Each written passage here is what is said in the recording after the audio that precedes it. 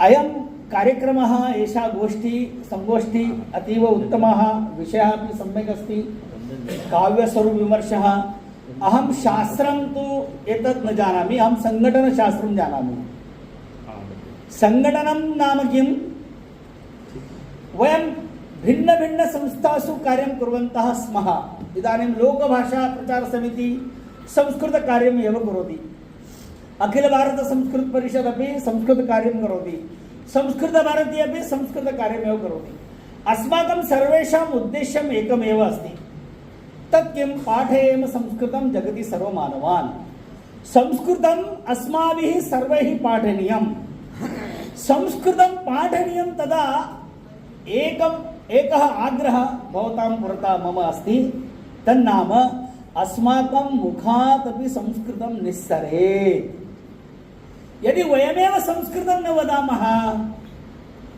वयं संस्कृतं जानीमः संस्कृतेन पाठयामः शास्त्रं पाठयामः वयं सर्वे शास्त्रज्ञाः परन्तु परस्परसम्भाषणसमये वयं अस्माकं या स्थानीया भाषा भवति बोली भवति तया बोल्या तया भाषया भाषणं कुर्मः किं यदि वयमेव संस्कृतज्ञाः एव संस्कृतज्ञातारः एव संस्कृतम् अग्रे न नयामः संस्कृतं न वदामः ते संस्कृतभाषायाः प्रचारः कथं भविष्यति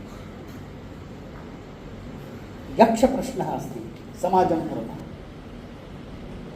अस्माभिः संस्कृतार्थं वयं सर्वदा पठामि संस्कृतं नित्यं वदामि संस्कृतं सदा अस्माकं सर्वेषां ध्येयं भवेत् अस्ति अपि तदर्थं वयं प्रयत्नमपि कुर्वन्तः स्मः आदरणीय डॉक्टर नवलोता जी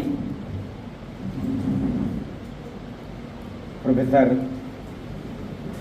भागीरथ नंद जी आदरणीय प्रोफेसर राम कुमार यादव जी सभी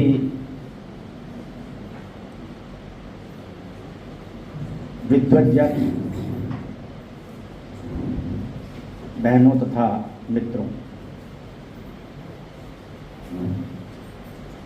एक सुभाषित में कहा है एकम विशरसो हंति शस्त्रेणैकस्य बध्यते स राष्ट्रम स प्रजाम हंति राजानाम मंत्र विप्लवः। अगर कोई विष का पान करे तो जो विष का पान करेगा उसको ही नुकसान होगा शायद मृत्यु भी हो सकती है। अगर कोई शस्त्र से प्रहार करे तो जिस पर शस्त्र का प्रहार होगा उसको नुकसान होगा यानी कम नुकसान होगा उस व्यक्ति का नुकसान होगा एक व्यक्ति की मृत्यु हो सकती है। लेकिन अगर विचारों को भ्रमित कर दिया जाए तो पूरा का पूरा समाज गलत दिशा में चला जाता है। समाज का नाश हो जाता है और इसलिए विचार बड़े महत्वपूर्ण हैं। आज की जो गोष्ठी का विषय है काव्य स्वरूप विमर्श तो विद्वान प्रोफेसर भागीरथ नंद जी प्रतिपादन करेंगे लेकिन उसमें जो विमर्श शब्द है वो आज जो एक अंग्रेजी में शब्द चलता है नैरेटिव वो बड़ा महत्वपूर्ण है।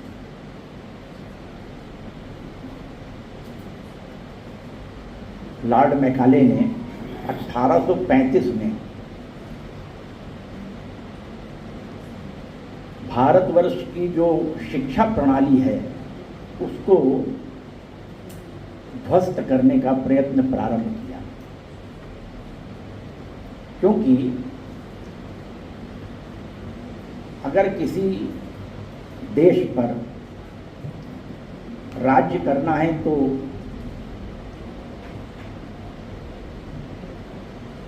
उस समाज को ही तोड़ना पड़ेगा। उस समाज की अवनति होगी तो बाहरी शक्तियां उस पर राज्य कर सकती हैं। और इसीलिए भारतवर्ष में जो गांव-गांव में पाठशालाएं थी,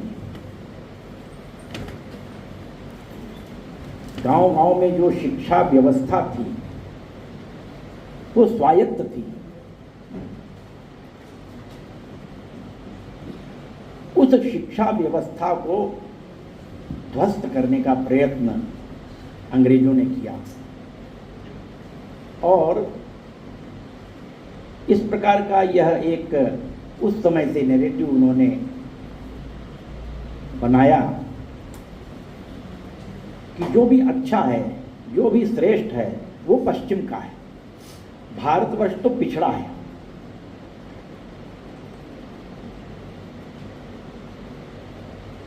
ईसा मसीह के पूर्व जो कुछ था वो तो केवल मिथ था, कपोल कल्पित था। यानी कि कृष्ण का काल, भगवान राम का काल, वो सब कपोल कल्पित, यानी वेद, हमारे जितने भी शास्त्र हैं, सब उस पिछले उस मिथ में आ गए।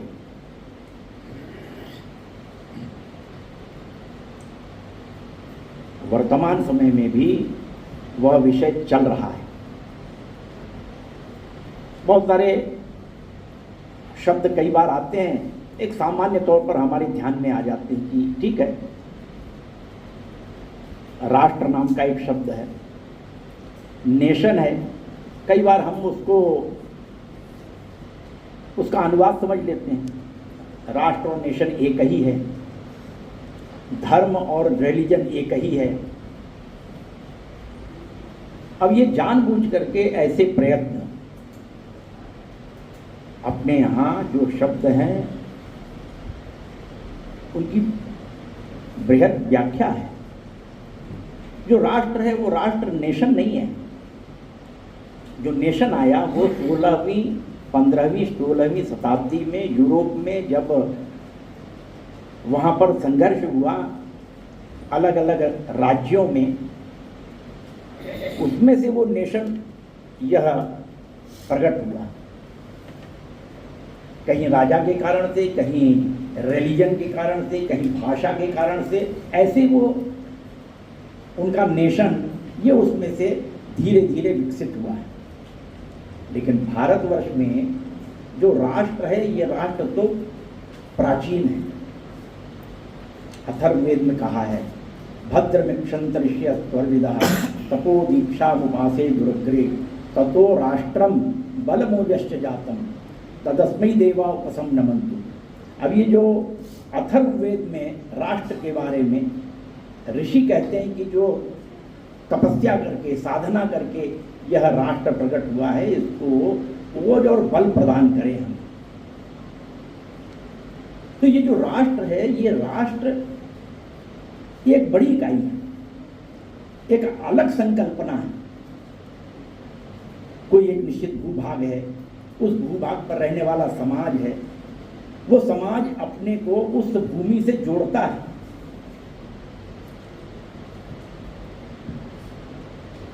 वहां पर हजारों वर्षों के रहने के कारण से एक संस्कृति विकसित होती है और इसके कारण से उस समाज की, उस राष्ट्र की पहचान दुनिया में बनती है।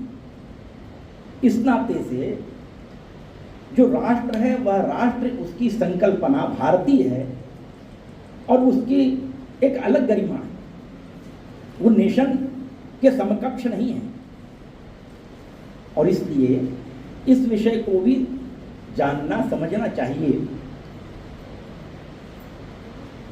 जो धर्म है वो धर्म भी रिलीजन नहीं है। रिलीजन एक उपासना पद्धति है, मजहब एक उपासना पद्धति है, धर्म कोई उपासना पद्धति नहीं है।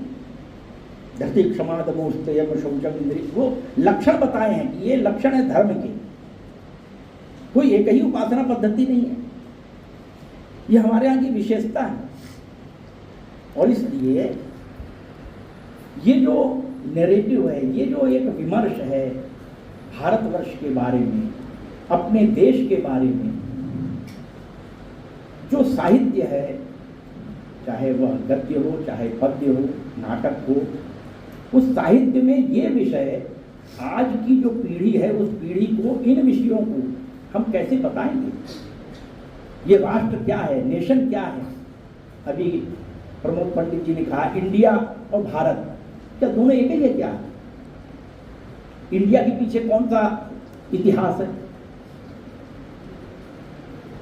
इंडस नदी और उससे इंडिया, लेकिन कोई इंडिया माता की जय बोलता है क्या? देश में कहीं चले इंडिया माता की कोई जय बोलता है क्या? भारत माता की जय केरल से कन्याकुमारी और फिर उधर अरुणाचल चले जाएं, सब जगह भारत माता की जय। क्यों? माता भूमि पुत्रो हम प्रतिज्ञा, इस भूमि से हमारा जुड़ाव है, हमारा खून का रिश्ता है, इसलिए ये भारत माता। तो ये जो वंदे मातरम, उसके पीछे का भाव क्या है, ये समझने की आवश्यकता है। और इसलिए जो भाषा है वह भाषा, उस भाषा के साथ साथ भाषा में जो कथ्य है, जो चीजें आनी चाहिए आज की पीढ़ी को, बहुत सारी चीजें वो बताने की आवश्यकता है, समझाने की आवश्यकता है। इस नाते से जो अनेक प्रकार से हमारे निर्माण, जो साहित्य का निर्माण हो, हम सब विद्वान हैं, तो ये दिशा कैसे हम समाज में जो हमारा सामान्य वर्ग है, वो सामान्य वर्ग भी इसको कैसे ग्रहण कर सकता। उस समय के ऋषियों ने पूरे देश भर में एक अपनी संस्कृति के बारे में, अपने धर्म के बारे में, अपने इस देश के बारे में जो एक श्रद्धा निर्माण की, वो श्रद्धा हमारी कैसे और पुष्ट हो, कैसे बढ़ती जाए, इस नाते से ऐसे क्या क्या विमर्श हम खड़े कर सकते हैं। बार बार जब हम किसी बात को हम कहते हैं और उसका एक इकोसिस्टम बनता है, चारों तरफ से वो विषय आते हैं, तब फिर समाज उसको सुनता है और तब वो स्थापित होता है। आज अपने इस देश के दृष्टि से अगर हम विचार करें तो अपने इस भारतवर्ष में जो अनेक ऐसे विषय जो आज की पीढ़ी को बताने की आवश्यकता है, भविष्य में हम कैसे आगे अपने इस राष्ट्र को, अपने इस देश को, इस समाज को आगे ले जाएंगे। प्रधानमंत्री जी ने कहा कि 2047 में हम अपने इस देश को एक विकसित भारत बनाना चाहते हैं। उस विकसित भारत बनाने के लिए सरकार के द्वारा जो प्रयत्न होंगे वो तो अलग है, लेकिन कोई भी देश, कोई भी राष्ट्र अगर वो समाज तैयार नहीं होता, समाज अगर गुणवत्ता युक्त अपना व्यवहार प्रकट नहीं करता, उस दिशा में प्रयत्न नहीं करता, तो कोई राष्ट्र विकसित हो पाएगा इसमें कठिन। प्रविश्य मम वाच मिमां प्रसूता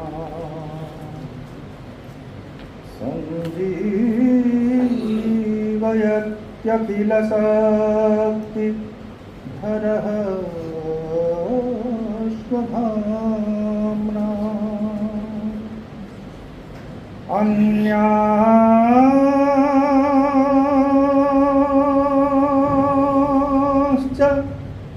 हस्तचरण श्रवण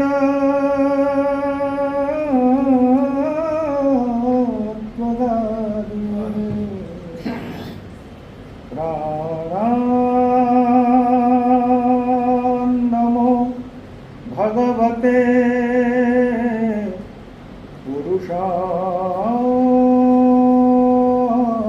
पुरुषाय तुभ्यं पुरुषाय तुभ्यं।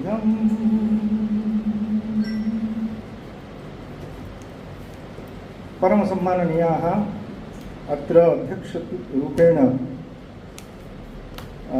अस्माभिः सह मञ्चे समासीनाः श्रीमन्तः राष्ट्रीयस्वयंसेवकसङ्घस्य स्वयंसेवकाः श्रीमन्तः शान्तरञ्जनमहोदयाः, माननीयाः चन्द्रभूषणत्रिपाठीमहोदयाः, मातरः नवलता शर्ममहोदयाः, संस्कृतभारत्याः प्रचारकाः, प्रचारकर्मणि संलग्नाः श्रीमन्तः प्रमोदपण्डितमहोदयाः, भ्रातरः आचार्याः प्रयागनारायणमिश्रमहोदयाः, श्रीमन्तः आचार्याः रामसुमेर यादवमहोदयाः, अस्माकं लखनऊ विश्वविद्यालये संस्कृतविभागे विद्यमानाः आचार्याः अशोककुमार शतपथीमहोदयाः, भगिनी पत्रिका जैन, कुलदीपक शुक्लमहोदयः, विश्वविद्यालयस्य संस्कृतविभागस्य अध्यक्षाः अभिमन्युकुमारमहोदयाः, अस्माकं भगिनी सद्यः एव आचार्यतां गता भुवनेश्वरी, पुनः तस्याः एव तौ दम्पती, पुनः कुलदीपक शुक्लमहोदयाः एवं अपरे अत्र समवेताः गुरवः, मातरः, भ्रातरः, भगिन्यश्च, विशेषतः छात्राः। महतः प्रमोदस्य अयम् अवसरः यदद्य वयं किञ्चित् भवतां पुरस्तात् नवीनां दिशं समन्मीलयितुम् अत्र समुपस्थिताः। जानन्त्येव भवन्तः विद्यायाः न कोऽपि आदिः न च कोऽपि अन्तः। किमर्थमित्युक्ते न अभ्यासः, यः यथा अभ्यस्यति तथैव विद्या परिवर्तते, अतः तस्याः कोऽपि अन्तः न भवति।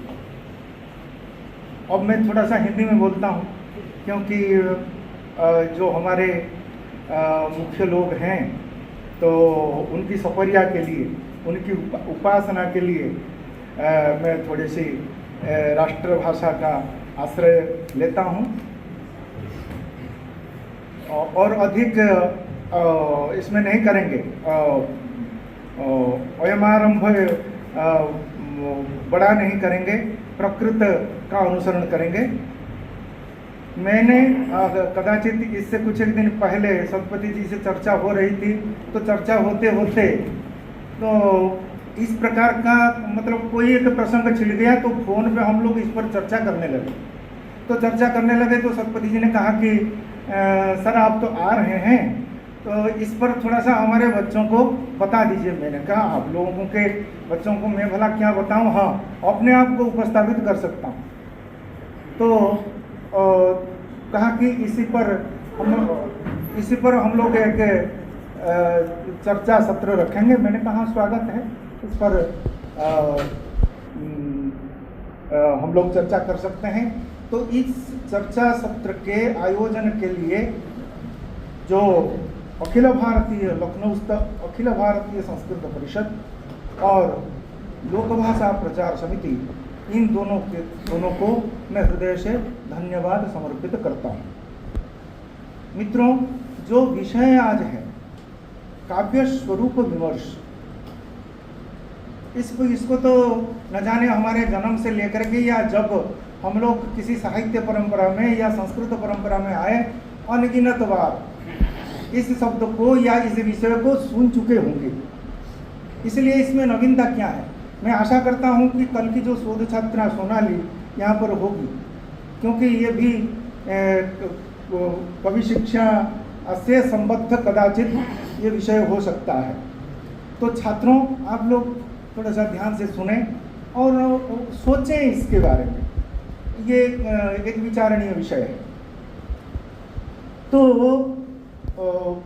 जब हम इतनी बार सुन चुके हैं इस विषय को, तो इसमें नवीनता क्या है? जब हम लोग इसको सुनते हैं या कहीं पढ़ते हैं या कहीं विभाग में जैसे ग्रंथों के आधार पर पंक्तियों को लगाते हुए हम लोग पढ़ते हैं, तो वही चिराचरित रूप से इनकी व्याख्याओं को सुनते हैं या समझते हैं और बाद में प्रकाश करते हैं।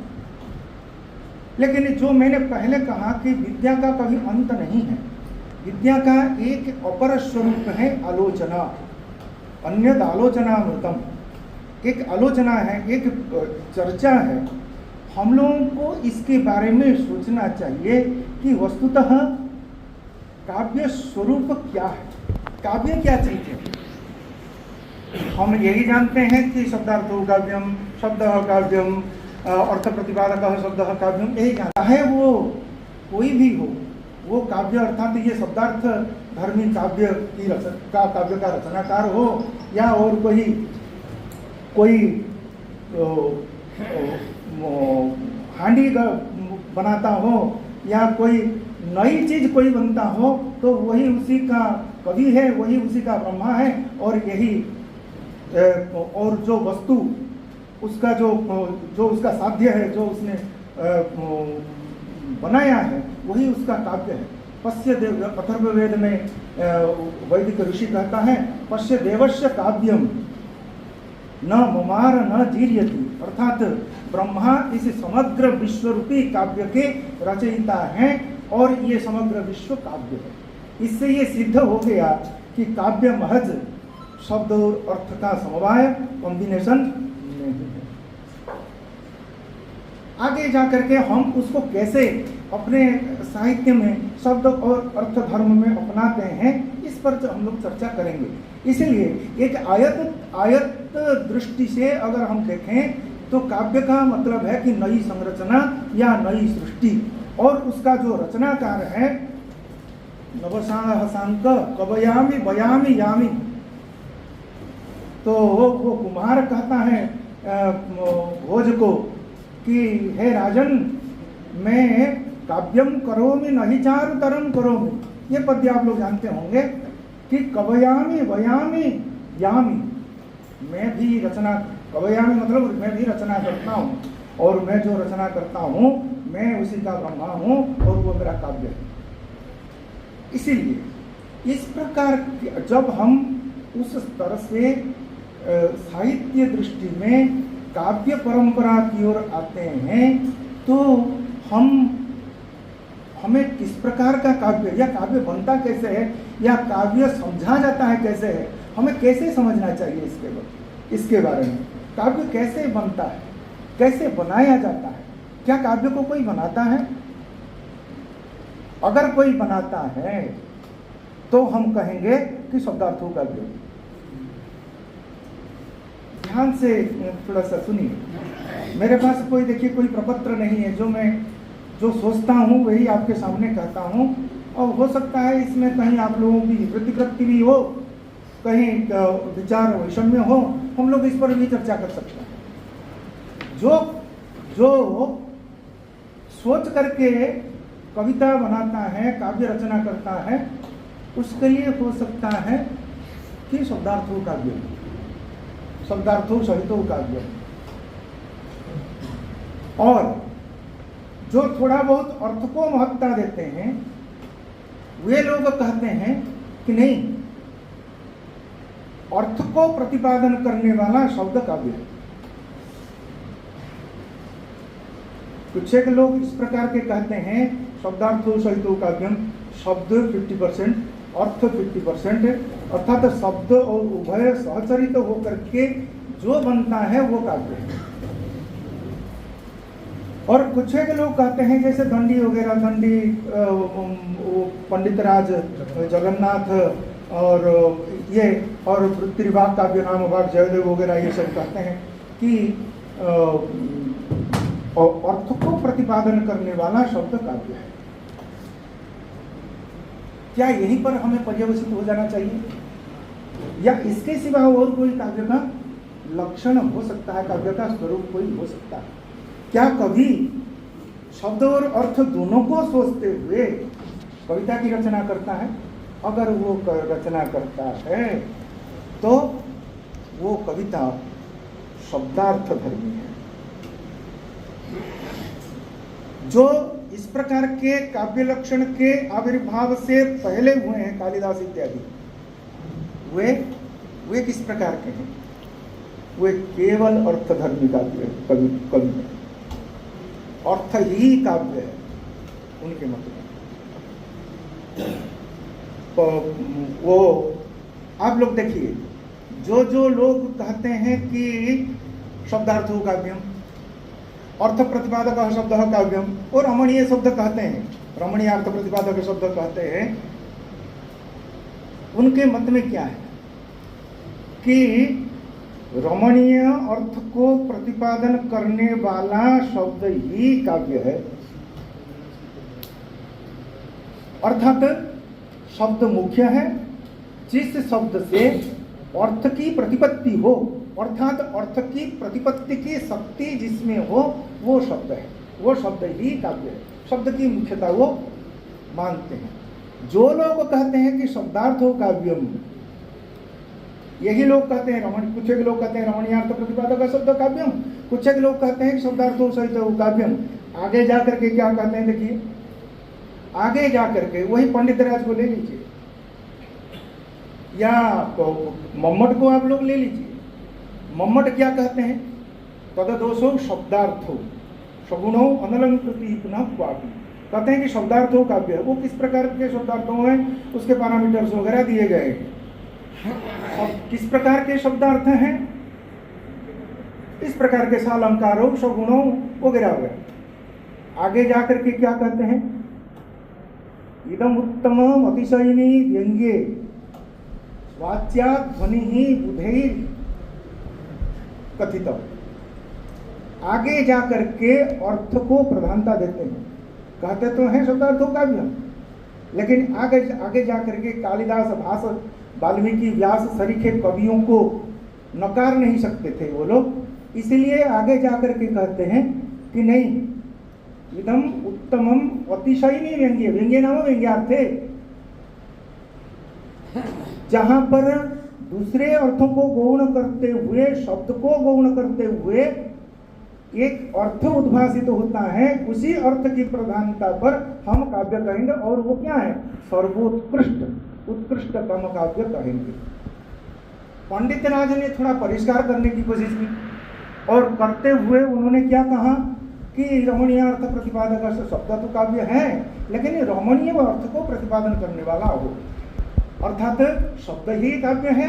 रमणीय अर्थ को प्रतिपादित करने की सामर्थ्य जिसमें हो, उसी प्रकार का शब्द काव्य है।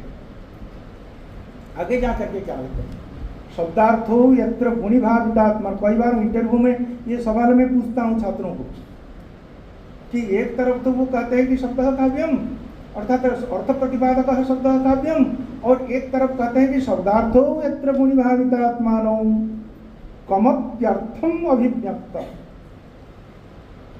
देखिए गूढ़ता, देखिए जहां पर शब्द और अर्थ अपने आप को गौण कर लेते हैं, शब्द अपने अर्थ को, अर्थ स्वयं को गौण करते हुए किसी दूसरे अर्थ को अभिव्यक्त करते हैं, उसी अर्थ के आधार पर काव्य विशेष होता है, उत्तमोत्तम काव्य होता है, उत्तम काव्य होता है। अर्थात अर्थ ही काव्य है, अर्थ की ही काव्य में मुख्यता है, इसको कोई नकार नहीं सकता। ध्वन्यालोक, आप लोग ध्वन्यालोक पढ़ते होंगे, ध्वन्यालोक की किताब आप लोगों के कोर्स में होगी। ध्वनिकार क्या कहते हैं? सब अर्थ में पर्यवसित हो जाते हैं। और ध्वनिकार कहते हैं यत्रार्थः शब्दो वा, यही बात जो पंडित राज ने कही है, यत्रार्थः शब्दो वा तमर्थम उपसर्जनीकृत, अपने आप को गौण करते हुए, अपने आप को उपसर्जनीकृत करते हुए व्यक्तः काव्य विशेषः तमर्थम अर्थम, उसी अर्थ को अभिव्यक्त करते हैं, उसी अर्थ की महत्ता की प्रधानता के आधार पर जो काव्य होता है उसको उत्तम काव्य कहते हैं, स काव्य विशेष, अर्थात वही ध्वनि काव्य है, वही उत्तम परम रमणीय परमास्वाद्य वस्तु वही है। इससे सिद्ध होता है अर्थ की ही काव्य में मुख्यता होनी चाहिए। ये बात मैं नहीं कह रहा हूँ, ये आप लोग आलोड़न करेंगे तो इसमें बहुत सारे प्रमाण आप लोगों को मिल जाएंगे। एक उदाहरण देता हूँ। रविंद्रनाथ टैगोर को तो हम लोग बहुत बड़े समीक्षक, संस्कृत के बहुत बड़े समीक्षक मानते हैं। आप लोग उनके मेघदूत की समीक्षा पढ़िए, कालिदास की समीक्षा पढ़िए, आंख खुल जाएगी। तो वो कहते हैं कि वास्तविक कविता क्या है, कविता का मर्म, कविता का धर्म वो कहाँ है। वो कहते हैं कवि जखन कविता करिते बसे, बंगाली भाषा में, कवि जखन कविता करिते बसे तार समक्षे जेई भाव अनुभूत है, तार मध्य निहारिकार मत जेई गुली फुटी उठे सेई गुलिकेई आमी काव्य बोली। अर्थात कवि जब कविता करने के लिए बैठता है और तत्काल उसके मन में तार मध्य निहारिकार मत, निहारिका मतलब आकस्मिक धूमकेतु की तरह, निहारिका एक मतलब एक प्रकार है धूमकेतु का, लघु धूमकेतु को निहारिका कहते हैं। निहारिकार मत ये जय गुली आकस्मिक अवभास, इसी को कहते हैं आधुनिक समीक्षक, इसको कहते हैं आकस्मिक प्रत्यवभास। बड़ा सूक्ष्म विषय है। आकस्मिक प्रत्यवभास कहाँ होता है? जैसे वाल्मीकि में मां निषाद प्रतिष्ठाम त्वमदमः शाश्वती समाह यत्क्रौंच मिथुनादेकम अवधि काम वहितम। वहां पर प्रधानता शब्द की है या अर्थ की है? आप लोग स्वयं बताइए। देख रहे हैं सामने क्रौंच को मार दिया है व्याध ने, वो भील ने मार दिया है, बिलकती हुई रोज घूमती है चारों तरफ से क्रौंची, और उसको देख करके भला किसने कागज कलम दिया था वाल्मीकि को कि आप ये शब्द लिख दो? तत्काल आकस्मिक, तत्काल मतलब आकस्मिक प्रत्यवभास, उनके मन में जो बात उद्भूत हुई और वही बात बता गई। क्या? मां निषाद प्रतिष्ठाम त्वमदमः शाश्वती क्षमा। इसको कहने के बाद आप लोग रामायण पढ़िए दूसरे अध्याय में, बालकांड के दूसरे अध्याय में, वो खुद कह देने के, इतना बोल देने के बाद, ये अनुष्टुप कह देने के बाद, अब जब ब्रह्मा नारद आकर के पहुंचते हैं, उससे अव्यवहित पूर्व क्षण में वाल्मीकि कहते हैं कि किमिदम व्याहृतम मया, ये मैंने क्या कह दिया, मेरे को क्या लेना देना था इससे, मेरे को क्या आवश्यकता पड़ी कि मैं इस प्रकार कह दिया, और मैंने तो कहा नहीं। ये ऋषे भवभूति कहते हैं, ऋषे प्रबुद्धोषि भागात्मनि ब्रह्मणि अव्याहत ज्योति आर्समते चक्षु प्रतिभातु तद्ब्रूहि रामचरितम आद्यः कविरस। इस प्रकार के आकस्मिक प्रत्यवभास से जो आपने इस प्रकार की बात को यहाँ पर उपस्थापित किया, इससे आप आदि कवि हैं। अर्थात यहाँ पर आकस्मिक प्रत्यवभास है, ये जो ब्रह्म ज्योति है, ये क्या है? शब्द है या अर्थ है? ये अर्थ ही है। इसीलिए कवि के हृदय में पहले अर्थ ही फूटता है। अब इसमें और एक प्रसंग आएगा, ये समाप्त कर दूं कि सहृदय कोटि में ये अर्थ कैसे उद्भासित होता है। तो उसके केवल ये हो गया कि निहारिकार मतो जय गुली फूटे उठे तार मध्य, जय भाव फूटे उठे तार मध्य निहारिकार मतो जय गुली फूटे। आकस्मिक प्रत्यवभास से जो एक आकस्मिक रूप से जल से एक मछली एकाएक ऊपर उठ करके मुंह दिखा देती है पानी में और फिर डूब जाती है, उसी प्रकार आकस्मिक निहारिका की तरह आकस्मिक प्रत्यवभास से उठा हुआ अर्थ वो जब उद्भासित होता है, उसी को हम काव्य का मर्म, काव्य का धर्म, काव्य की आत्मा या प्रकारांतर से काव्य भी कहते हैं। तो यहाँ पर तो बड़ी विसंगति हो जाएगी। आप लोगों का सवाल उठेगा कि बिना शब्द से अर्थ कैसे होगा? ना, जब अर्थ परिस्फुट होता है और वो अर्थ उद्भावित होता है, आविष्कृत नहीं होता, उद्भावित होता है, तो उसी अर्थ को प्रकाशित करने के लिए कवि को शब्द ढूंढने की कोई आवश्यकता नहीं है। वो स्वतः परापतित शब्द, अपने आप शब्द आ जाते हैं। जो वास्तविक कविता लिखते हैं और किसी अर्थ में डूबे हुए होते हैं, चाहे वो आधी रात हो या भरे दोपहर हो, अगर उसके अंदर शक्ति आ गई और प्रतिभा उन्मिलित तो हो गई, तो वो ये नहीं देखेगा कि मेरे जेब में शब्द है या नहीं, वो ये देखेगा मेरी आत्मा में अर्थ है या नहीं। अगर अर्थ है तो स्वतः परिष्कृत हो जाता है, शब्द राशि। ये मैं नहीं कहता, ये ध्वन्यालोककार कहते हैं। ध्वन्यालोककार कहते हैं कि कवि जब प्रतिभावान प्रतिभा से उद्बुद्ध हो जाता है, शक्ति से उद्बुद्ध हो जाता है, शक्तिमान कवि के मन में, कवि के मस्तिष्क में रस समाहित चेतसः प्रतिभानवतः सुकवे काव्येषु अलंकाराः अहम अहम पूर्विकया परापतन्ति। तब अगर उद्बुद्ध हो जाता है प्रतिभा से कवि, तो शब्द आकर के, डिक्शनरी आकर के उसके चारों तरफ गिरती घूमती रहती है मेरे को प्रयुक्त कर दीजिए कवि जी, मेरे को प्रयुक्त कर दीजिए, मेरे को प्रयुक्त कर दीजिए। उसी समय अनायास शक्ति से जो शब्द प्रयुक्त हो जाता है वही, और उसको उपस्थापित, अर्थात जिस अर्थ को उपस्थापित करने के लिए वो प्रयुक्त हुआ है शब्द, इन दोनों को मिलाते हुए बनती है जो वाक्य, वही वाक्य ही काव्य है। और वही, और उसके लिए केवल चाहिए शक्ति या प्रतिभा। ये शक्ति प्रतिभा कहाँ से आती है? ये शक्ति चीज है क्या चीज?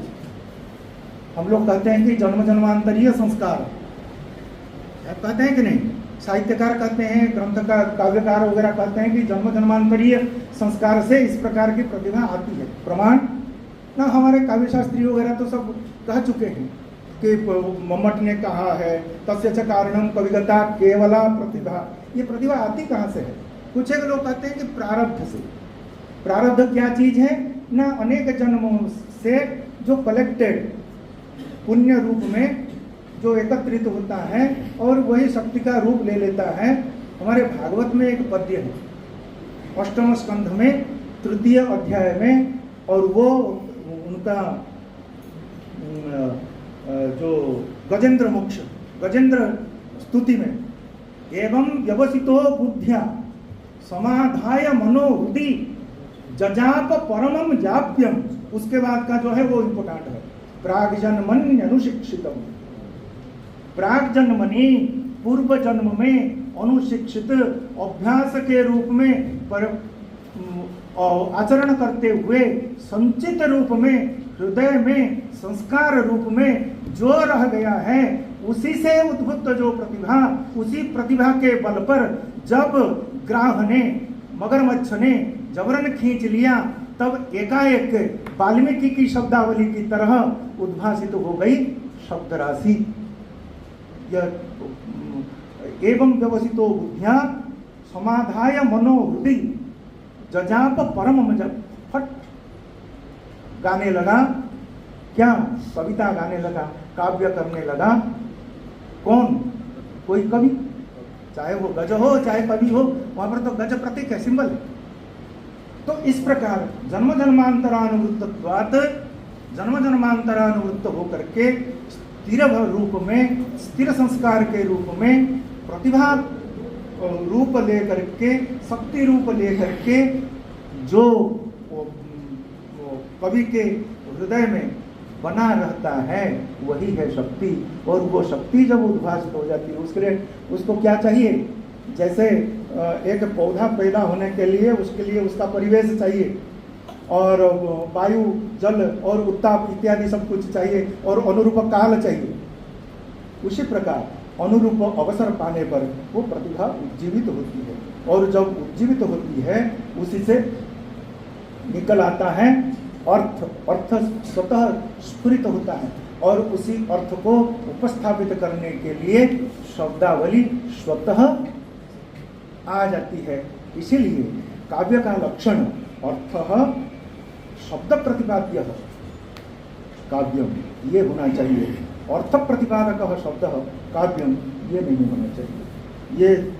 ये तब होना चाहिए जब हम काव्य के कारण के रूप में केवल प्रतिभा को न मानते हुए व्युत्पत्ति, अभ्यास, प्रतिभा, इन तीनों को काव्य का कारण मानेंगे, तब इनको हम लोग स्वीकार कर सकते हैं। तो इस प्रकार शब्दावली और इस प्रकार के अर्थ की उपस्थिति कैसे आता है, उपस्थिति कैसे होती है। तो कल हम लोग कल शायद चर्चा कर रहे थे कि लक्ष्य ग्रंथों को देख करके लक्षण ग्रंथ बने हैं, बड़ा उहापोह है हमारे साहित्य परंपरा में, केवल संस्कृत में नहीं, साहित्य परंपरा में बहुत उहापोह है। कुछ एक लोग कहते हैं कि नहीं, हम लक्षण ग्रंथ के अनुसार लक्ष्य ग्रंथों को देखेंगे। कुछ लोग कहते हैं कि नहीं, लक्ष्य ग्रंथ के अनुसार लक्षण ग्रंथों को देखना चाहिए। वस्तुतः लक्ष्य के अनुसार लक्षण ग्रंथ बने हैं। लक्षण ग्रंथ कोई लक्ष्य ग्रंथ का पैरामीटर नहीं है, प्रूफ नहीं है। और ये प्रतिभा कैसे उद्भासित होती है, और ये प्रतिभा जब उद्भासित होती है तब अर्थ कैसे परिस्फुट होता है, अर्थ की सोच मन में कैसे आती है। कालिदास कहते हैं चित्रे निवेश्य परिकल्पित सत्व योगा। हमें सारा बता जाते हैं, हमारे जो काव्यकर्ता कविगण हमें सब कुछ बता चुके हैं, केवल हमें ढूंढने की आवश्यकता है। चित्रे निवेश्य परिकल्पित सत्व योगा, रूपोच्चयन, पहले एक रूप देता है, मैं इस प्रकार का एक स्वरूप बनाऊंगा। कुम्हार क्या करता है या कोई नया सर्जक क्या करता है, वो आप पहले जैसे प्रमोद जी कह रहे थे, वो पहले एक डेमो बनाता है। वो डेमो कहाँ बनाता है? अपने हृदय में, और बना करके फिर उसमें वो एक एक करके भरता है, और भरने के बाद वो क्या करता है, उसको सबसे अच्छा स्वरूप, अच्छे स्वरूप में कैसे आए उसको सोचता है। सोच करके जब बाहर रख देता है, और थोड़ा बहुत ये शब्द की तुली, शब्द का रंग उसमें थोड़ा लगा देता है। वास्तविक अर्थ तो, वास्तविक आनंद तो और कहीं है। इसलिए इस प्रकार ही काव्य बनता है। और वो कहते हैं, कालिदास कहते हैं विक्रमोर्वशीयम में, अस्या सर्ग विधौ प्रजापतिरभूत चंद्रो न कांति प्रद श्रृंगारेक रस स्वयं नु मदनो मासो न पुष्पाकर। वेदाभ्यास जब कहा कि ये बड़े बड़े ये सब भला कहाँ बना सकते हैं, इस प्रकार की सर्जना को कर सकते हैं। इसलिए इस प्रकार की सर्जना को करने के लिए केवल प्रातिभिक कवि या कवि के अंदर विद्यमान शक्ति, और वो अभित्तो एव तन्वते, ये भी एक पद्य है, अभित्तो एव तन्वते। वो चित्र कहाँ बनता है? चित्र के लिए हमें साधन चाहिए, कोई पट चाहिए, कोई भित्ति चाहिए। वो काव्य जो है वो अभित्तो एव तन्वते, बिना भित्ति के, और वो काव्य, वो कविता बन जाती है।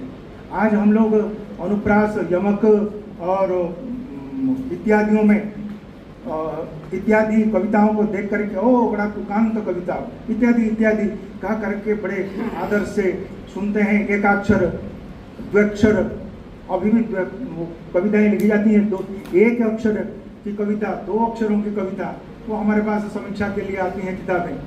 लेकिन कविता तो वही है जो एक धारा की तरह, एक उदार पवित्र स्वच्छ धारा की तरह आगे बढ़ती है, और जिसको सुनने के बाद या पढ़ने के बाद सहृदय स्वतः आनंद ले सकता है।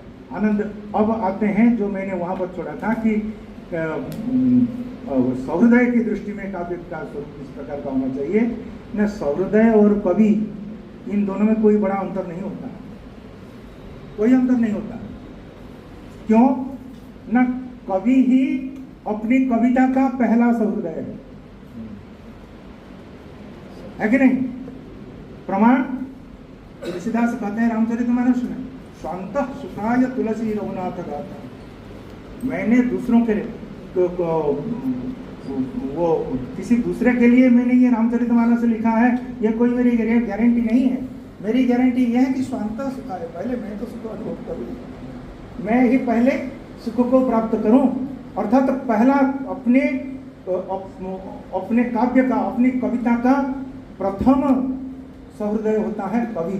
अगर कवि को अच्छा लगा और कवि अगर उससे आनंद कवि ने आनंद ले लिया, और कवि अगर उससे आनंद लेने, स्वतः स्वाभाविक आनंद लेने के लिए समर्थ है, तो जाहिर है सहृदय भी उसी प्रकार के अर्थ को, अर्थ की चर्वणा करते हुए, अर्थों को देखते ही उससे आनंद का प्राप्त कर लेता है।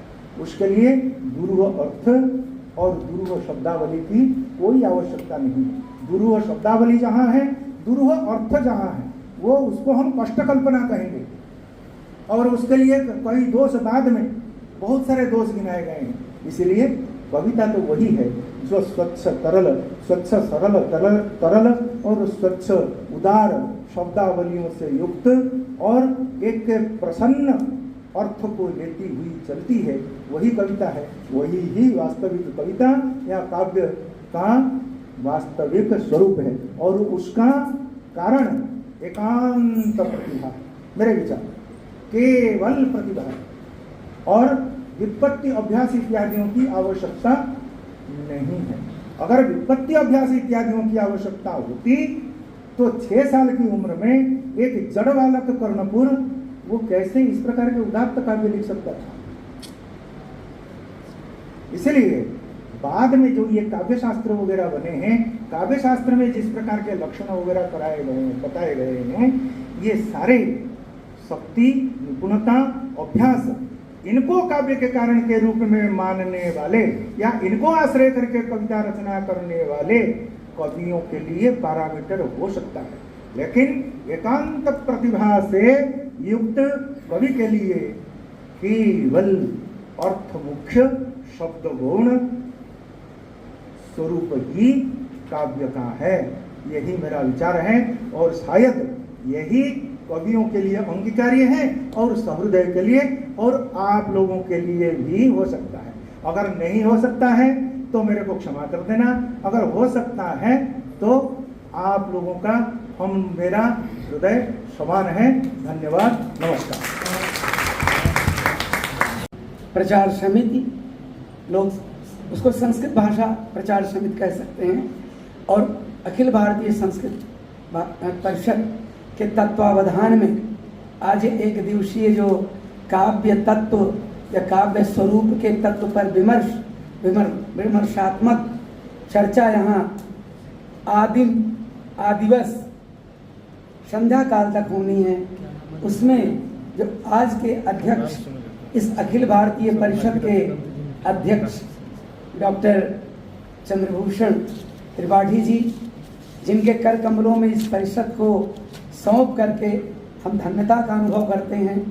जैसे एक कन्या का हाथ किसी अच्छे पति के, किसी अच्छे वर के हाथ में देख करके माता पिता बहुत अधिक संतुष्ट होते हैं, वैसे हम संस्कृत के विज्ञजन, संस्कृतज्ञ लोग अखिल भारतीय परिषद के अध्यक्ष के रूप में आपको पा करके अत्यंत धन्यता का अनुभव करते हैं। एतदर्थ पुणे में बहुत अपनी ओर से और संस्कृत के समस्त शोधजन, शोधकर्ता, गवेषकों, शिक्षकों की ओर से मैं बहुत बहुत बधाई देता हूँ कि आपने इसको स्वीकार किया। आज हम बहुत गदगद हैं, बहुत अच्छा लग रहा है। इसके उपरांत राष्ट्रीय जो स्वयंसेवक संघ है उसके प्रचार प्रमुख, प्रचारकों में प्रमुखता को प्राप्त करने वाले आचार्य हमारे माननीय, हमारे आदरणीय स्वांत रंजन जी, जिन्होंने कितनी दूर से चल करके, मैं उनसे बात नहीं कर पाया कि उनका आवास और निवास कहाँ है। मुझे लगता तो चतुर्थी को उनका प्रवास ही रहता होगा, आवास निवास तो कहीं नहीं होगा। मैं उनको प्रणाम करते हुए अपने को धन्य मानता हूँ। और जिनकी वैदुषी, जिनकी वाक्पटुता, अभी काव्य स्वरूप विमर्श पर इतनी विस्तृत चर्चा हमने काव्य प्रकाश से लेकर ध्वन्यालोक, रसगंगाधर और जयदेव के चंद्रालोक तक पहुंचने की यात्रा जिन्होंने कराई, केवल उस यात्रा में हम मील तक नहीं पहुंचे, मील के पत्थर तक तो नहीं पहुंचे, वही मंजिल नहीं है। अभी बहुत आगे तक मैं वंचित रह गया। मैं कहीं व्यस्त था, अन्यथा ज्ञात था कि डॉक्टर भागीरथी जी आए हुए हैं। मैं जाकर के आपका वह पीएचडी वाइवा का जो लेने का उनका ढंग है वो एक व्याख्यान से कम नहीं रहता। बच्चे को तो कम बोलना पड़ता है, और डॉक्टर साहब की जो वैदुषी, जो वैखरी है, जो वाक पढ़ता है, उसको सुनने में जो आनंद आता है, उनके अंदर, उनके मान निर्देशन में एक छात्र ने जो पीएचडी किया था, उसके वाइवा लेने का मुझे कुछ सौभाग्य मिला था। मैंने उस शोध प्रबंध को, जो कि संस्कृत में लिखा होता है, मैं आद्योपांत पढ़ा और उसके अंदर उनकी जो मार्गदर्शिता है, जो मार्गदर्शन की कौशल प्रवीणता है, जो कुशलता है, उसको देख करके वो छात्र भी धन्य होगा। मैं परीक्षक बन करके धन्य हुआ और मुझे इसका अवसर मिला। मैं आपको प्रणाम करता हूँ। और आपके अंतस में जितनी विद्या भरी है, अगर हमारे छात्रों को इसी प्रकार ये संगोष्ठी का रस मिल चुका, शाम तक क्या होना है वो अभी से बहुत कुछ हमें मिल गया। और सतपति जी ने उनको बुला करके हम सब पर बहुत बड़ा उपकार किया है। सतपति जी भी बहुत अद्भुत साहित्य प्रेमी, साहित्य सर्जना करने वाले व्यक्ति हैं। मैं उनको अच्छी तरह जानता हूँ। नाम उनका अशोक है। आप जान सकते हैं कि एक रसों में एक रस है जिसमें दुख की वृत्ति होती है, कौन या शोक है। शोक रहित कर देते हैं सबको अपनी वाणी से, अपनी प्रतिभा से। तो काव्य के स्वरूप में, काव्य के स्वरूप पर चर्चा मुझे नहीं करनी, उस पर तो बहुत विस्तार से आप चर्चा सुन चुके हैं। उससे बढ़िया मैं क्या बता पाऊंगा। मेरा अध्ययन इतना गंभीर नहीं, मैं अपने को यही मानता हूँ। मैं भी अपने को विद्यार्थी ही उस क्षेत्र में मानता हूँ। मैं भला साहित्य का रहा, यहाँ साहित्य के बहुत बड़े विद्वान बैठे हैं। डॉक्टर पवन जी जो केंद्रीय संस्कृत यूनिवर्सिटी के संस्कृत के प्रोफेसर एंड डीन हैं। आप लाल बहादुर संस्कृत विश्वविद्यालय के साहित्य विभाग अध्यक्ष और डीन हैं। जहाँ बहुत बहुत बड़े बड़े डीन हो, वहाँ मुझ दीन की भाषा क्या सुन पाएंगे आप? क्या सुनेंगे? और सुन करके क्या मिलेगा आपको? कुछ नहीं मिलेगा, मेरा विश्वास है। आज की यह जो परिचर्चा है, इसमें बड़े बड़े विश्वविद्यालयों और महाविद्यालयों के शोधक छात्राएं हैं। आदरणीय रेखा जी कानपुर से, कुलदीपक शुक्ल जी, प्रमोद जी, जिनकी वाणी से लक्ष्मी नारायण जी, इधर पत्रिका जी, हमारे विभाग के सभी विद्वद्गण, साहित्य विद्या के प्रवीण और विभाग अध्यक्ष प्रोफेसर अभिमन्यु जी, व्याकरण विद्या के प्रकांड पंडित, जिनको मैं आजकल कहता हूँ कि इस फसल में, आजकल के युग में मैं बड़ा व्यावहारिकता में जरा जीता हूँ, बड़ी शास्त्र की चर्चा नहीं कर पाता। मैं व्यावहारिकता की बात करता हूँ कि व्याकरण के क्षेत्र में आज हमारे पास अगर उपलब्ध हैं तो डॉक्टर सत्यकेतु जी, क्योंकि व्याकरण के बिना हमारा साहित्य अधूरा है। मैं मानता हूँ कि साहित्य कभी सर्जना करता है तो शब्दों का व्याकरण अगर उपयुक्त न पाया जाए तो उसमें काव्य प्रकाशकार दोष ढूंढ लेते हैं। विश्वनाथ दोष की चर्चा करते हैं। दोष प्रकरण में 7वें और 8वें उल्लास को दोष प्रकरण में परिगणित करके उसमें दोषों का आकलन जो किया है वो दोष आ जाएंगे। हमारी रचनाओं में दोष जरूर आते होंगे। मैं समझता हूँ मेरी जो रचनाएं हैं, अगर मैं व्याकरण शास्त्री डॉक्टर सत्यकेतु जी को कभी दिखाऊं तो बहुत गलतियाँ उनमें पकड़ में आएंगी, चाहे व्याकरण संबंधी हों, चाहे किसी प्रकार के दोषों, श्रुति कटु आए होंगे, जितने पदक्रम दोष होंगे, बहुत तरह के दोष आए होंगे, और डर के मारे मैं उनको दिखाता है। क्योंकि प्रकाशित होने के बाद अगर किसी पुस्तक में लाल कलम लगेगी तो उसमें जो साधारण जीव है, साधारण कवि है, हम लोग बहुत बड़े कवि नहीं है, बहुत कुछ नहीं, कुछ भी नहीं है। समुद्र की एक बूंद भी नहीं मिल पाई। अगर वो एक बूंद मिली होगी, उसी से प्रोफेसर बन गए और उसी से पेंशन पा रहे हैं, उसी से सब कुछ हो रहा है। इतनी रचना कर गए जो भी कुछ भी बहुत है। उनमें यहाँ पर मित्रों आप बहुत बड़े विद्वान हैं। स्वामी रंजन जी का आपने भाषण सुना, प्रमोद जी को सुना, चंद्रभूषण जी हमारे मित्र हैं, अनुज हैं, अनुज कल्प तो हैं।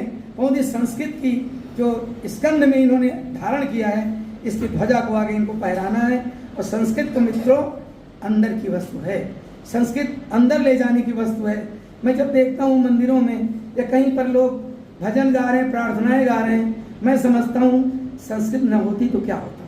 मैं अपने आप को इतना गौरवान्वित महसूस करता हूँ कि मैं कृषक परिवार में जन्म लेकर के, जो अभी डॉक्टर साहब ने कहा जन्म जन्मांतरों के संस्कार होते ना, जन्म जन्म आपका वेदांत सार और सांख्य कारिका में इस संदर्भ में बहुत कुछ कहा गया है। वेदांतालिका साहरन्ति कृतं वै मया मानसं, साहरन्ति कृतं वै मया मानसं, कायिकं वाचिकं पापजातं समं मे मनस्थं तमो नाशयन्ति मुहुर् यातु काव्ये रते भा कवित्वं करी, यातु काव्ये रते भा कवित्वं करी।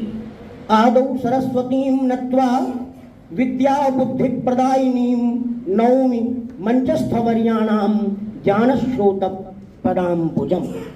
परिषदः लोकभाषा प्रचार समितेश्च संयुक्त तत्वावधाने आयोजमानायाम् एतस्याम् एकदिवसीयायाम् राष्ट्रीय संगोष्ठ्याम् अधिमञ्चं विराजमानाः अस्मदनुग्रहम् अंगीकृत्य अत्र समुपागताः राष्ट्रीय स्वयंसेवक संघस्य अखिल भारतीय प्रचार प्रमुखाः स्वनाम धन्याः स्वान्त रंजन महोदयाः।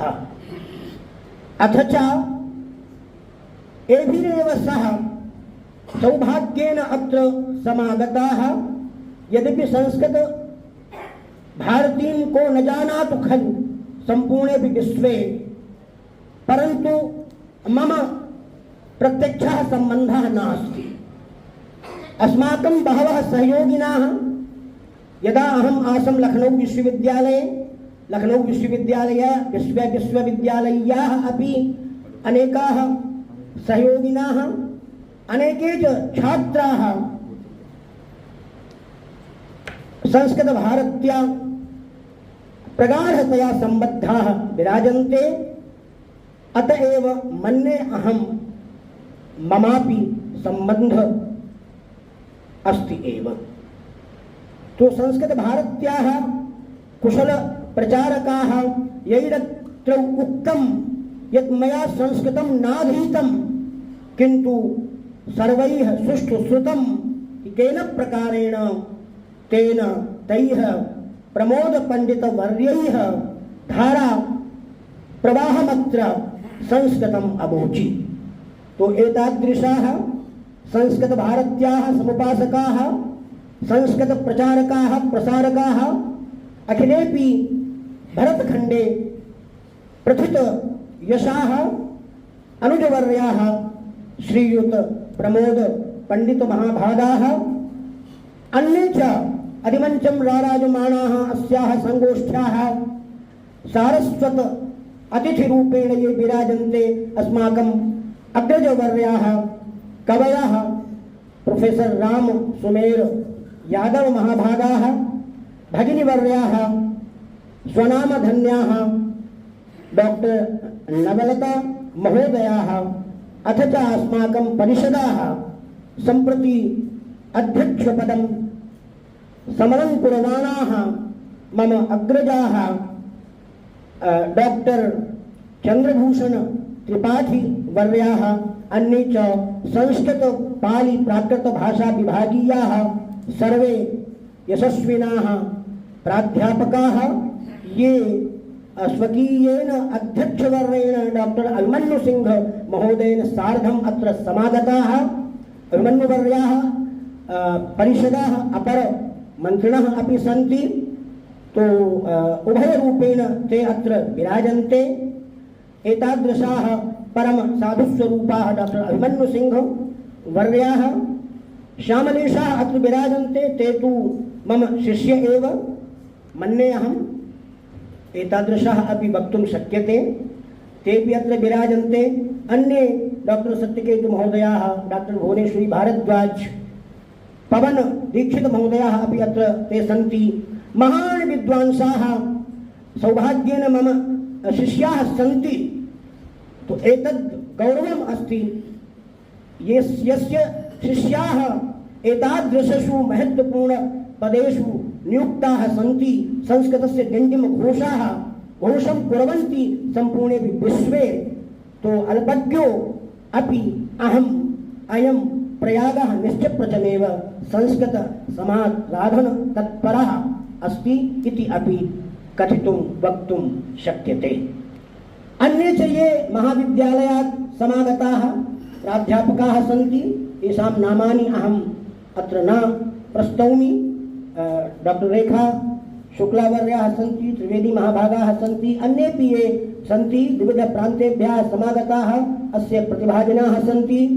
शोधच्छात्राः सन्ति, शोधच्छात्र्याः सन्ति, लखनऊ विश्वविद्यालय्याः इलाहाबाद विश्वविद्यालयतः अपि नैकाः शोधच्छात्राः शोधच्छात्राश्च अत्र समागताः।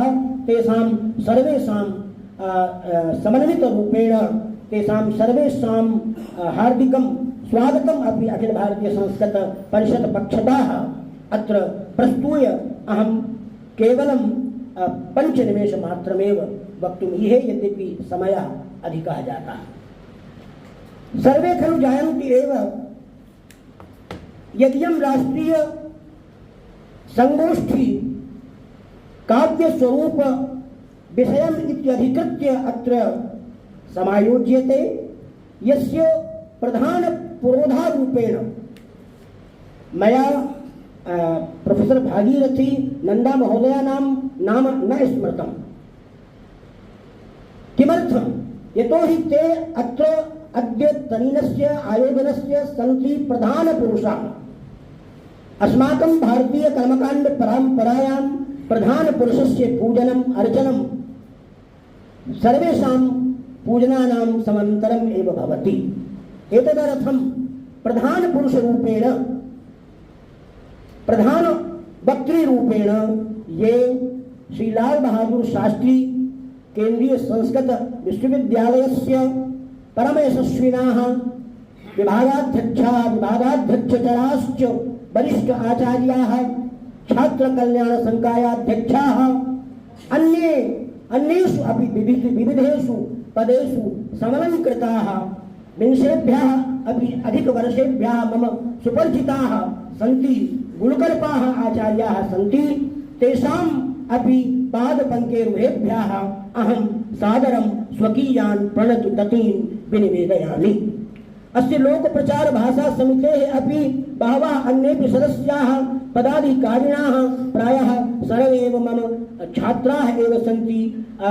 संदीप मिश्र महाभागाः, सरिता कुलदीपकाः, अन्ये च ये के अत्र सन्ति, यानि कानि च नामानि ग्रहणीयानि सन्ति, तान् सर्वान् एव संस्मृत्य अत्र केवलम् अहम् इदमेव वक्तुमीहे यत् परम सौभाग्येन अस्याः संगोष्ठ्याः आयोजनम् अद्य अत्र प्रचलति।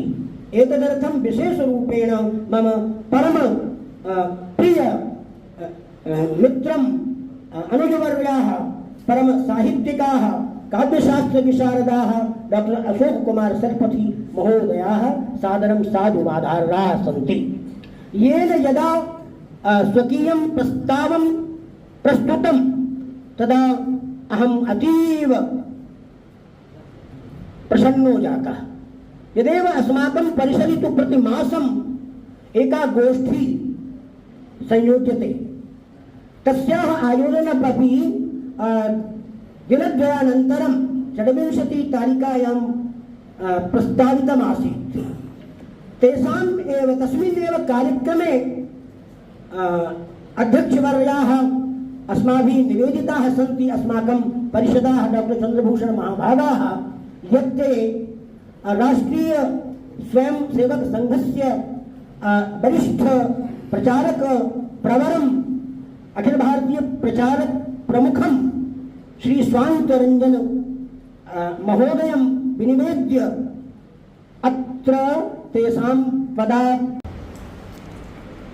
तत्र विराजमानाः आत्मना स्वशब्दैश्च अत्र विराजमानाः लोकभाषा प्रचार समितेः राष्ट्रीयाध्यक्षाः डॉक्टर सदानंद दीक्षित महोदयाः अस्य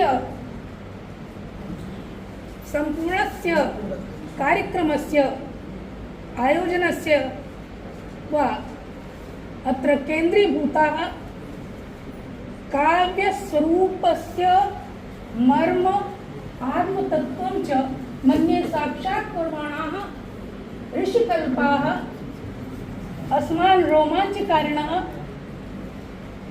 श्री लाल बहादुर शास्त्री संस्कृत विद्यापीठस्य आचार्यवर्याः प्रोफेसर भागीरथी नंद महोदयाः अत्र अस्माकं उत्तरप्रदेश संस्कृत परिषदः अध्यक्षपदम् अलङ्कुर्वाणाः प्रशासनेपि संस्कृतस्य ध्वजाम् उत्तोलयन्तः अस्माकम् अनुजकल्पाः डॉक्टर चंद्रभूषण त्रिपाठीवर्याः मम अनुजकल्पाः सरलाः सहजाः लखनऊ विश्वविद्यालय संस्कृतविभागस्य अध्यक्षचराः डॉक्टर रामसुमेर यादव महोदयाः अत्र पंडितोपि आत्मानं कथयन् पंडितः प्रमोद महोदयाः ये संस्कृतेनैव स्व उद्बोधनं दत्तवन्तः मम अनुजकल्पः अथवा पुत्रकल्पः एव श्यामलेशजी अत्र एकः मम नवपरिचितः अनुजवर्यः अथ च प्रतिवेशी अपि सोपि प्रशासने संस्कृतमाध्यमेनैव कार्यं कुर्वन्तः ते सन्ति। ते डॉक्टर रविकिशोर त्रिवेदीवर्याः अत्र उपस्थिताः, अन्येपि लखनऊ विश्वविद्यालयस्य राष्ट्रीय संस्कृत विश्वविद्यालयस्य च आचार्यप्रवराः, मम मित्रं डॉक्टर रेखा शुक्ला, पुत्रकल्पः डॉक्टर कुलदीपक शुक्लः, पुत्रीकल्पः अथ च अस्य कार्यक्रमस्य संयोजिका अत्यन्तमेव सक्रिया डॉक्टर प्रतिभा पत्रिका जैन महोदया अस्य कार्यक्रमस्य संगोष्ठ्याः संकल्पनां कृतवान्। डॉक्टर अशोक सत्पथी महोदय या सत्पथे विराजमानाः सन्ति। ये अत्यन्तं सरलः मम पुत्रकल्पः इदानीमेव लखनऊ विश्वविद्यालये संस्कृतविभागस्य अध्यक्षपदम् अलङ्कुर्वाणः डॉक्टर अभिमन्यु सिंह महोदयः अथ च डॉक्टर अनिल पोरवाल जी, अन्ये केषां नामानि गृह्णामि। सर्वेपि अस्माकं परिजनाः सन्ति, परिवारजनाः सन्ति, समयस्य मर्यादा अस्ति, अतः सर्वानेव अहं सम्बोध्य सर्वेषाम् अभिनन्दनं विधाय केवलं कतिचिदेव निमेषैः स्वमन्तव्यं वक्तव्यं च वक्तुमिच्छामि। तत्र प्रथममस्ति यत् लोकभाषाविषये केनापि उक्तमिदं संस्कृतभाषा, लोकभाषा हि संस्कृतम् इति ध्येयवाक्यमस्ति लोकभाषा प्रचारसमितेः। अतः लोकभाषा प्रचारसमितिः इति चेत् उच्यते, अस्य अभिप्रायः एव संस्कृतं लोकभाषा इति स्वीकर्तुं प्रयत्नशीलानां कश्चित् अभिनिवेशः ये क्रियते, यया समित्या क्रियते सा लोकभाषा प्रचारसमितिः। उत्तरप्रदेश के अखिल भारतीय संस्कृत परिषद इति तु मया बाल्यकालादेव अथवा कैशोर्यावस्थायाः सम्बन्धः अस्ति। यदा छात्रा आसं तदा अत्र बहुकालं यावत् अध्ययनं करोमि स्म। तु एतयोः द्वयोः एव संयुक्ततत्त्वावधाने यत् काव्यस्वरूपविमर्शम् अधिकृत्य एषा संगोष्ठी आयोज्यते, एतद् अत्यन्तमेव प्रमोदास्पदम्। मन्ये संस्कृतस्य विषये आगच्छति, संस्कृतं कश्चित् वटवृक्षः अथवा यस्मिन् वटवृक्षे यस्य वटवृक्षस्य अधः बहूनां संस्कृतप्रचारकारिकाणां सभानां। इस विषय पर व्याख्यान के अवसर पर मंच पर उपस्थित लोक भाषा प्रचार समिति की उत्तर प्रदेश राज्य शाखा के अध्यक्ष महोदय डॉक्टर नवलता जी,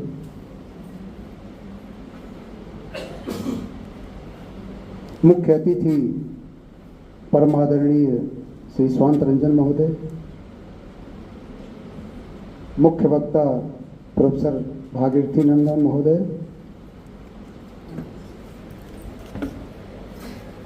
पूर्वी क्षेत्र संस्कृत भारती के संगठन मंत्री माननीय प्रमोद पंडित जी, लखनऊ विश्वविद्यालय के पूर्व विभागाध्यक्ष संस्कृत विभाग प्रोफेसर रामसुमेर यादव जी, इलाहाबाद केंद्रीय विश्वविद्यालय संस्कृत विभाग के अध्यक्ष डॉक्टर प्रयोग नारायण मिश्र जी, लखनऊ विश्वविद्यालय संस्कृत विभाग के अध्यक्ष प्रोफेसर अभिमन्यु सिंह जी, हमारे साथ पढ़े हुए और पीएचडी किए डॉक्टर रवि किशोर त्रिवेदी जी, अनिल पोरवाल जी, अशोक शतपथी जी, पत्रिका जैन जी और बहुत सारे लोग जो यहाँ बैठे हैं जिनका नामशः उच्चारण कर उनका अभिवादन और अभिनंदन करना संभव नहीं है। मेरे प्यारे संस्कृत विभाग के भाइयों बहनों, अतिथिगण, सभी महानुभाव, मैं ईमानदारी से अगर अध्यक्ष पद के धर्म का निर्वहन करूं और आज के इस कार्यक्रम के संबंध में मात्र 5 मिनट में कुछ कहूं तो मैं इतना ही कहूंगा कि बहुत ही सफल कार्यक्रम रहा आज का। मन आनंदित हो गया। काव्य के जितने भी प्रयोजन बताए गए हैं काव्य शास्त्रियों द्वारा,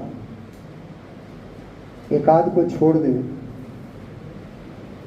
काव्य प्रयोजन में अर्थकृत्य भी है तो उसको तो छोड़ना ही पड़ेगा यहाँ, लेकिन बाकी सभी प्रयोजनों की पूर्ति अवश्य हुई है काव्य विमर्श पर, काव्य स्वरूप विमर्श पर।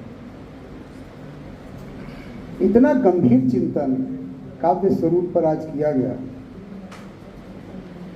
और सभी ने किया। मुझे लग रहा है कि मुख्य वक्ता जो थे इस विषय के, उन्होंने जितना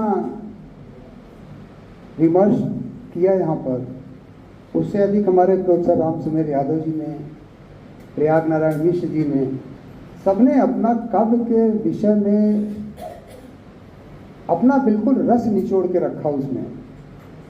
और मैं समझता हूँ कि हमारे शोध छात्रों को बड़ा आनंद आया होगा, बहुत लाभ मिला होगा। एक समय था हम लोग जब पढ़ते थे तो काव्य प्रकाश आचार्य मम्मट का हम लोग के कोर्स में था, आज भी है, तो उसमें इतना ही पढ़ते तदोषो शब्दार्थो श्रवणावनलंकृति पुनः कॉपी। थोड़ा सा और आगे बढ़ जाते तो उत्तम मध्यम अधम उदाहरण याद करते थे। काव्य प्रयोजन काव्य निश्चय अर्थ कृत्य व्यवहार विदेश वेतर सत्य सद्य पर कांता समित योपदेश युजे।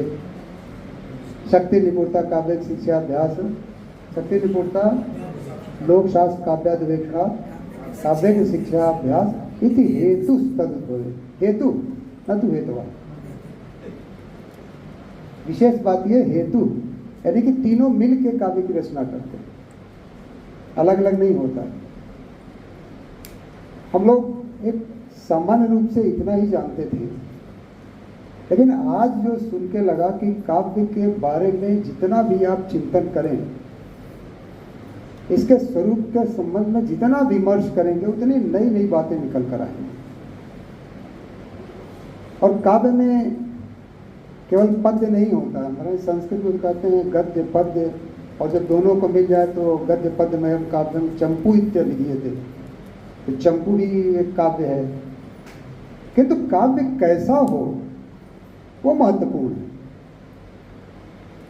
मैं जब प्रोफेसर साहब का वक्तव्य सुन रहा था तो मुझे याद आया, जब मैं छात्र था आदरणीय स्वामी जी भाई साहब, तो एक जगह मैं गया किसी के पास, तो वो नहा कर और नाश्ता करके बैठे थे। सवेरे सवेरे भेंट हुई मेरी, तो मैंने कहा क्या योजना है आज? उन्होंने कहा भाई साहब रात में कवि सम्मेलन है, तो बैठा हूँ तो 2-4 कविताएं लिख डालूंगा अभी और रात में सुना दूंगा। तो मैंने कहा कि आप जब सोचते हैं तब लिख लेते हैं? बोले हाँ, जब जरूरत होती है तो आधे घंटे पहले, कई बार होता है कवि सम्मेलन में बैठे रहते हैं, पहले से अगर तैयार करके नहीं गए तो वहीं बैठे बैठे 1-2 कविता लिख देते हैं और सुना देते हैं और बड़ी तालियां बजती। अब इस कविता और आदि कवि वाल्मीकि के हृदय से शोका श्लोकत्वमागत वो कविता दोनों के भाव में हमको अंतर करना पड़ेगा। क्या सुनाकर हम लोगों को खुश कर सकते हैं और क्या रच के या क्या हृदय से प्रकट हो और वो हम लोगों को दें, उससे हमारा अंतःकरण भी रंजित हो, लोक रंजन भी हो। ये उस काव्य का भाव, काव्य का उद्देश्य होना चाहिए। मैं काव्य के विषय में ज़्यादा चर्चा नहीं करूँगा। जो अध्यक्ष का धर्म है, मैंने पहले का, मैं उसका पालन करूँगा। तो एक पहला धर्म कहीं मैं भूल न जाऊँ। आज समाचार पत्र में मैंने एक सुखद समाचार पढ़ा, तो रवि जी मुझे अपना समय याद आ गया एमए के बाद वाला। हम लोगों ने भी जब यूजीसी की परीक्षा दी थी तो 3 छात्रों को जीआरएफ मिली थी, और आज मैंने समाचार पत्र में पढ़ा कि संस्कृत विषय से 3 छात्रों को जीआरएफ मिली है और 1 छात्र को नेट परीक्षा में उत्तीर्ण होने का प्रमाण पत्र मिला है। तो पहले तो मैं इन चारों छात्रों को बहुत बहुत बधाई दूंगा, और मैं चाहूँगा कि बाकी छात्र भी तैयारी करें।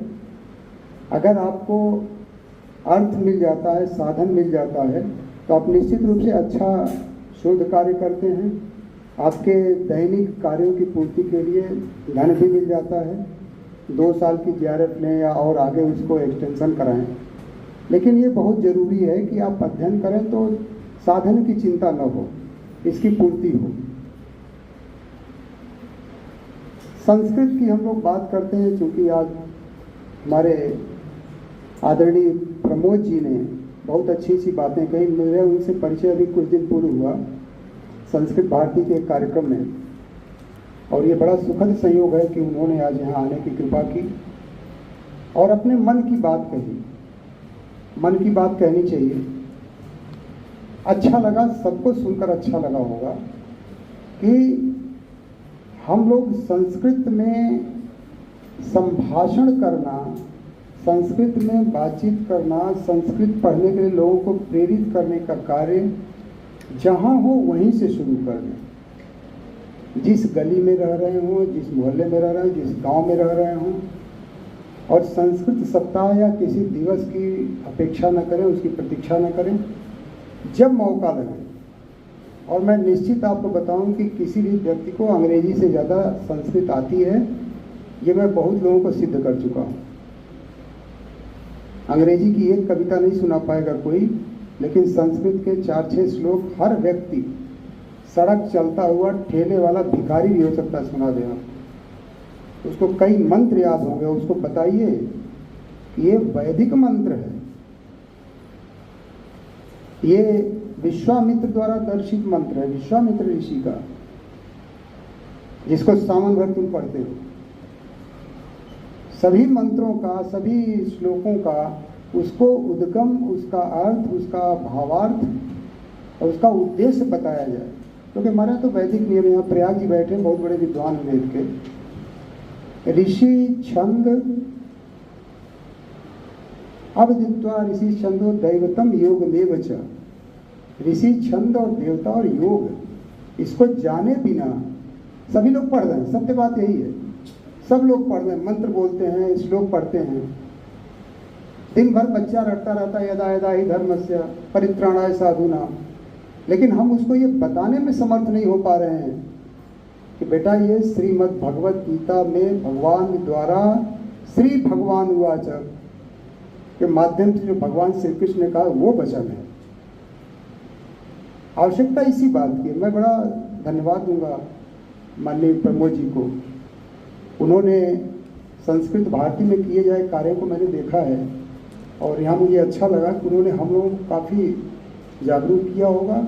और जो खास करके नए बच्चे हैं जिनको क्या कर सकते हैं संस्कृत विषय पढ़कर। संस्कृत विषय में व्यापार नहीं आएगा, लेकिन व्यापार कैसे किया जाए, व्यापार करने के पीछे हमारी सोच क्या होनी चाहिए, दर्शन क्या होना चाहिए, व्यापार कैसे पुष्पित पल्लवित होगा, वो बताएगा संस्कृत विषय, संस्कृत भाषा, संस्कृत में रचा हुआ साहित्य। और जो सबसे बड़ी बात है कि संस्कृत क्यों पढ़ा जाए, उसके लिए एक उत्तर है कि संस्कृति संस्कृताश्रिता। भारतीय संस्कृति जिसका डिंडिम घोष पूरे विश्व में हम लोग को करना है। आज किया गया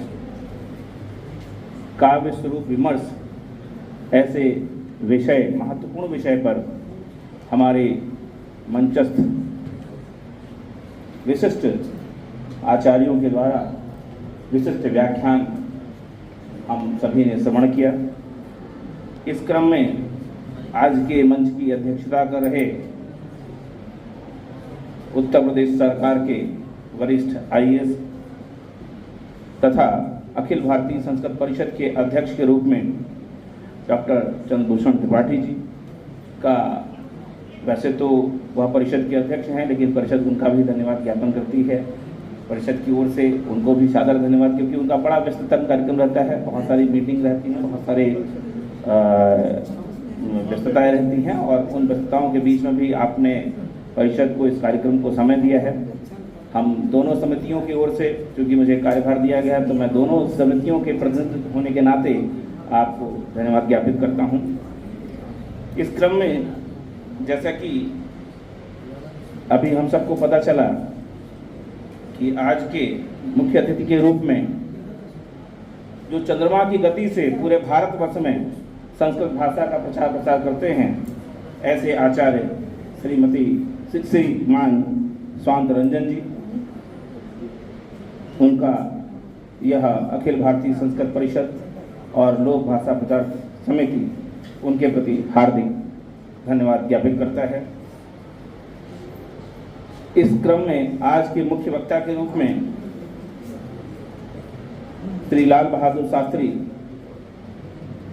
राष्ट्रीय संस्कृत विश्वविद्यालय नई दिल्ली से पधारे प्रोफेसर भागीरथी नंद जी, जिनका अद्भुत व्याख्यान हम लोगों ने सुना कि कैसे काव्य की रचना किस प्रकार से होती रही है, अब उसमें क्या क्या आयाम होने चाहिए, उन सभी दृष्टिकोणों पर आपका विचार आया और निश्चित रूप से हम सभी कृतज्ञ हैं इस आपके उद्बोधन के लिए। इस क्रम में